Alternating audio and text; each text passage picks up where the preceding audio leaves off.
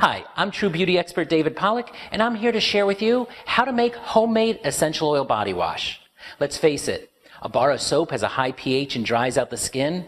A lot of the store-bought body washes can not only dry out the skin and disrupt pH, but contains all kinds of harmful chemicals. So I'm going to show you how to make one that's good for the body and safe for you.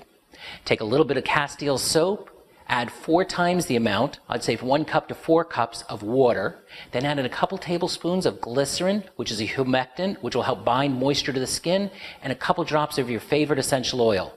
Mine would be tangerine in the mornings, or if you're going to use it at night, maybe a lavender essential oil. Combine them in the bowl and wash like you normally would in the shower. Rinse away, and you're going to off to having a great day and smell nice and with soft, moisturized skin.